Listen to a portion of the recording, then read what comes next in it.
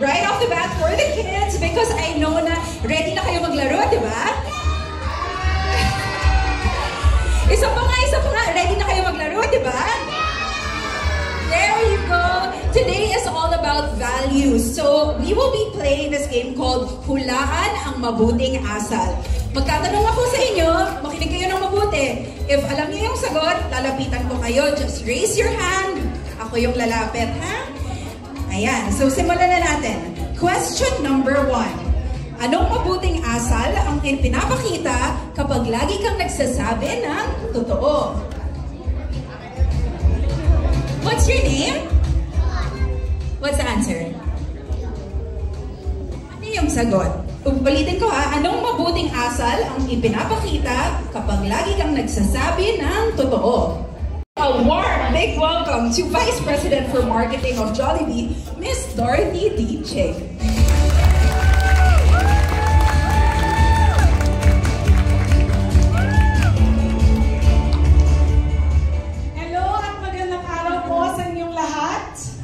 In today's fast-changing world, where our children are exposed to so much, both good and bad, it's more important than ever to go back to the basics.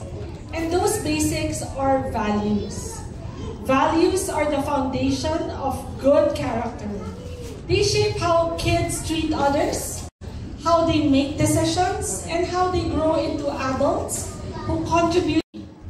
You know, as a mother of 2 young children, I think about this every day. Paano ko ba sila matuturuan ng mga magagandang asal? Paano ko sisiguraduhin na hindi lang nila alam ang tama o mali, kundi pipiliin nila gawin ang tama kahit mahirap araw-araw. That's why this project is so special. And we're really very excited to officially launch the Jollibee Kids Values Meal. It's an offering specially designed to make values learning fun, engaging, and rewarding for everybody. You know, every Jollibee Kids Values Meal comes with, of course, a delicious meal filled with Jollibee favorites, a beautifully written and illustrated storybook in partnership with Adorna House, a fun activity that helps them apply the values that they've learned, and it even comes with a badge that parents can use to recognize or reward the kids who are able to apply the values in real life. So, diba, talagang punong-puno ang ating Kids Values Meal. And you know what? That's not all, because every Kids Values Meal you purchase, 5 pesos will go towards building classrooms through the Jollibee. We have 5 values meals to collect, each teaching one important Filipino value. So we have a set for honesty, respect, responsibility, generosity, and care for the environment. And today, we're also happy to announce that together with Adorna House, we are donating 10,000 Jollibee Kids meals to 100 schools across the country in partnership, of course, with DepEd.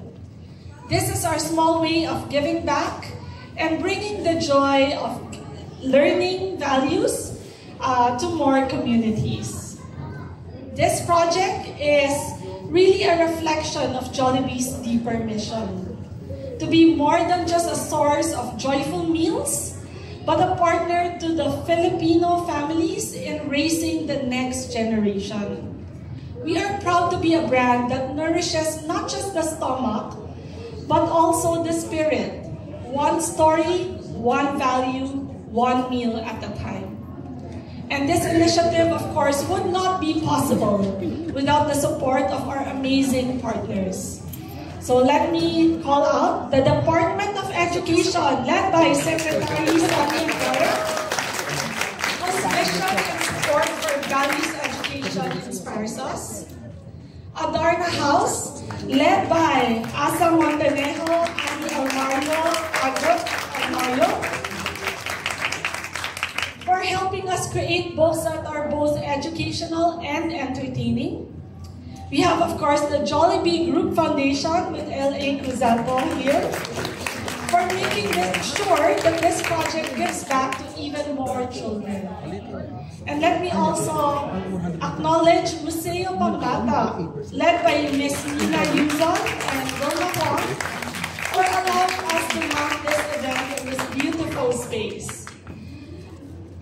Maraming salamat po at mabuhay ang kabataang Pilipino. Thank you.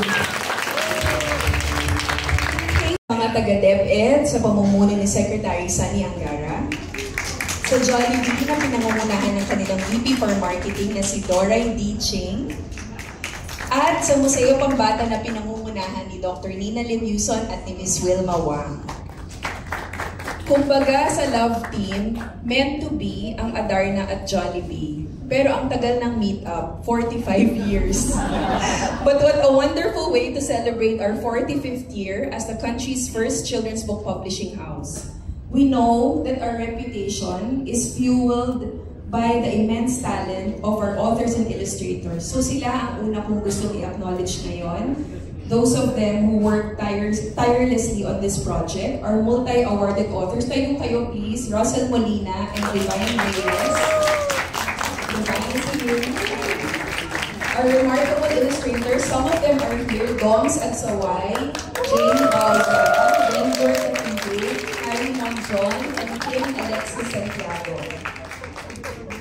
This is not a partnership of two brands. This is not just a partnership, this is an alignment of our company values. Both Jollibee and Adarna strive for excellence, value the Filipino family, and always celebrate pride and happiness in the things that make us Pinoy. We treasure the common values that bind both our companies. And it is not lost on me that this project is not just a great way to teach children Filipino values, it also comes at a time that our country is in a literacy crisis. Undoubtedly, the most effective first step in solving this crisis is to get more parents to read to and with their children, and for more families to be engaged in practices of both literacy and literature. Let this series of books help in making this possible. At maniwala kayo sa akin o hindi, marirealize nyo na mas masarap kumain ng Chicken Joy pag may kasamang libreng Adarna po. Salamat po at mabuhay ang mga Secretary Sunny Angara for a few words. Nagkakapag po sa ating lahat sa Jollibee Food and Jollibee Foundation, Dora, Dennis, and LA. Sa Adarna Publishing, Almario Siblings, Annie, Asa, and Agno. I messed it up. Sa pamunuan po ng Museo Pambata, Ma'am Nina, Ma'am Wilma, congratulations. Nung huling punta ko dito, ganyan kalaki yung parang may room kayo na may basketball, small basketball tournament. Congratulations for everything you've done here. It's nice to be back. Sa Arellano family, Ia and Drew, sa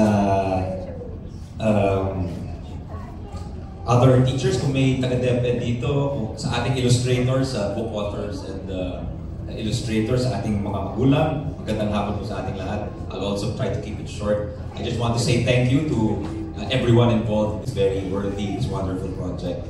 Ang galing sa totoo lang. You know, kami sa DepEd, parang nakafocus kami sa foundational skills or fundamentals of education. So, reading, writing, numeracy, pagbilang, etc. Pero parang baka nakaligtaan namin yung kasama ko rin po sila as Executive Director Sheila pala from DepEd. Nakalimutan namin yung values in a way, no? Although meron kaming GMRC, which is a subject taught every day, minsan parang nakakalimutan natin na minsan mas importante na maging mabuting tao kaysa maabilidad o matalinong tao. Importante, kasi importante o mas importante yung karakter ng isang tao. So ako'y nagpapasalamat on behalf of the department sa ating mga partners today. And Jollibee, alam niyo po, hindi ito ang unang oportunidad namin. We've had so many, since I took office a year ago, we've had so many collaborations. They've been helping the National Academy of Sports. We just signed a MOA to construct classrooms with Jollibee Foundation. They've been powering our central kitchens, which is where we cook the meals sa aming school feeding program. So, salamat Jollibee, Jollibee Foundation. Fantastic talaga yung mga contributions. Ramdam na ramdam po namin. And ito, definitely, pagtingin pa lang natin sa the quality of the people and the institutions involved, Museo Bombata, Jollibee, Adarna, which is one of the top publishing houses in the country, known for quality books, and thank you also for helping them and EDCOM dito sa ating literacy program. So alam ko, I know this program will be a success. So congratulations at maraming salamat dito, and we really want to along with the President, of course, prioritize our young people. Kaya tamang-tama, ito ay swak na swak dun sa programa ni Pangulong Bongbong Marcos. Maraming salamat. Thank you so much, Secretary. Each Jollibee Values Meal comes with one of 5 new storybooks created in partnership with Adarna House, featuring joyful stories that teach different values. For our special reveal, let's first call on no other than our friend, Jollibee, and of course, the rest of Jollibee's friends.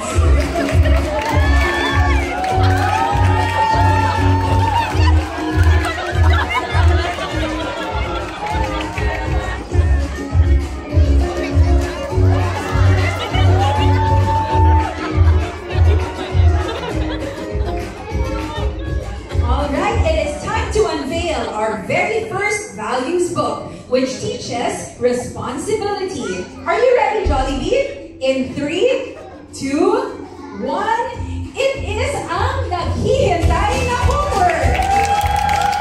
This teaches kids to prioritize what is truly important. Let's give Jollibee a big round of applause! Are you ready to meet our next featured character? Here comes our shining star twirly, inspiring the value of honesty o pagiging matapat with, in 3, 2, 1, it is ang bola ng katotohanan.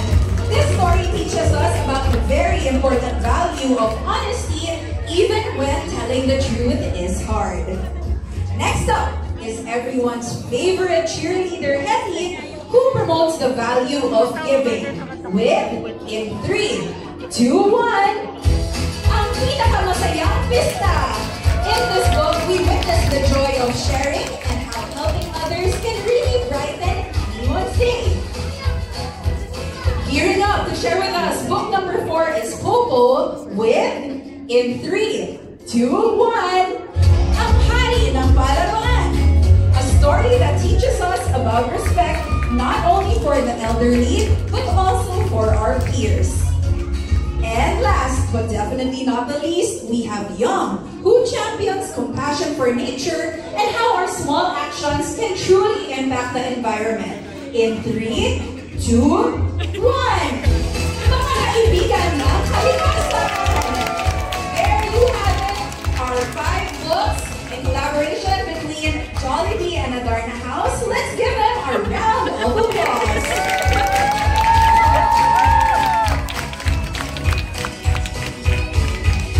Thank you so much, Jollibee and friends, for helping us unveil our 5 special books that teach us values to the next generation. But wait, there's more, because apart from the new values books, each meal of these values. As Ma'am Dorothy mentioned earlier, for every kid's values meal purchased, 5 pesos will go towards building classrooms through the Jollibee Group Foundation.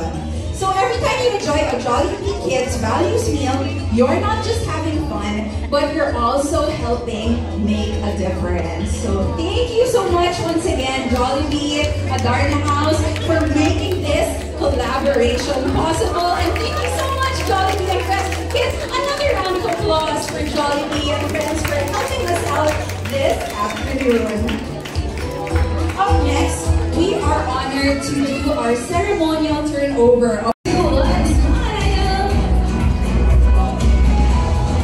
One more photo in 3, 2, 1. Alright. Looking good and joyful. Magandang hapon. Good afternoon, everyone. Hello po mga bata. Narinig niyo po ba kami sa likod? Yes po? Okay, ma-mic check muna kami kasi parang ito yung mga mikropono ng mga nagtiteatro eh. Ng katotohanan. Ang mikropono ng katotohanan. Alright. Alright, wow. Ayan, nakuha niyo na yung libro natin na ito. Ito ang bola ng katotohanan. Yung kanina, yung pinakamasayang pista, hindi pasta. Kasi si Yeti kasi yung unveil. Okay, my kids were looking at me very... You saw the punchline from I'm Dion. so sorry. Yeah. So Punchline ni Dion yan. Alright. Okay, excited ko. Talaga excited na excited. Ayan, ito yung babasahin natin ngayon, ha? So, lima yan eh. Lima yung libro na yan. At ang bola ng katotohanan ay susunod namin basahin. Kasi naman yun. Okay?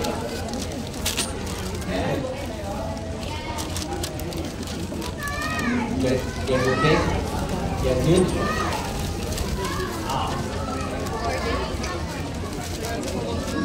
Kasi na naaaliw lang kami dahil first time namin nakita yung mga anak namin na naka-Filipiniana.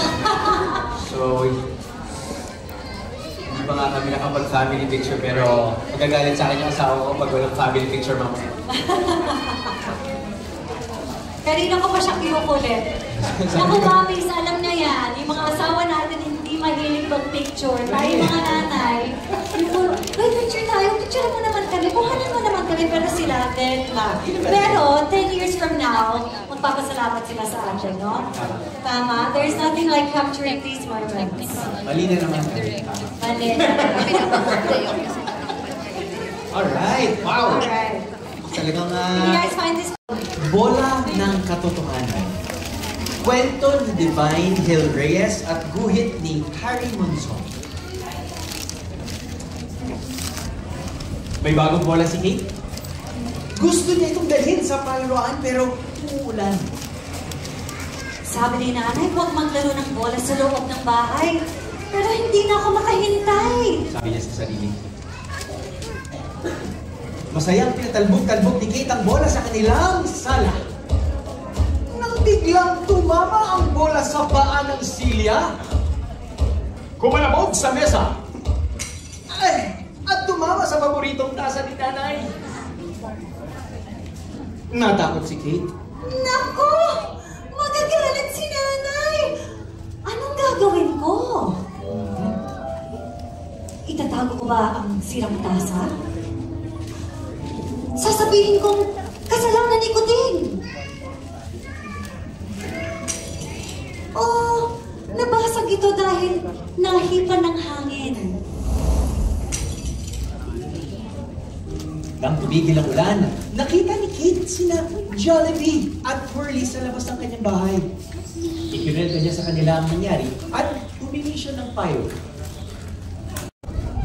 Kate, kahit mahirap, kailangan mo sabihin ang totoo sa iyong nanay, sabi ni Jollibee.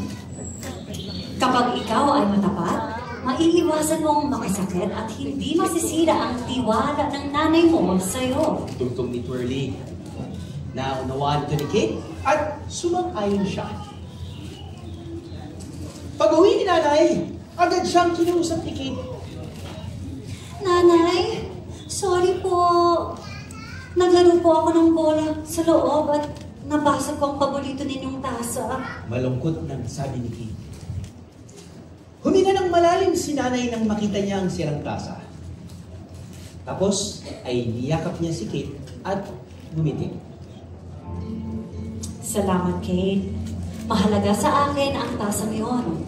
Pero, mas mahalagang sinabi mo sa akin ang totoo. Sabi ni nanay. Niyakap ni Kate nang mahigpit si nanay. Ganito pala ang pakiramdam ng pagiging matapat. Kumagaan, tulad ng araw pagkatapos ng ulan. The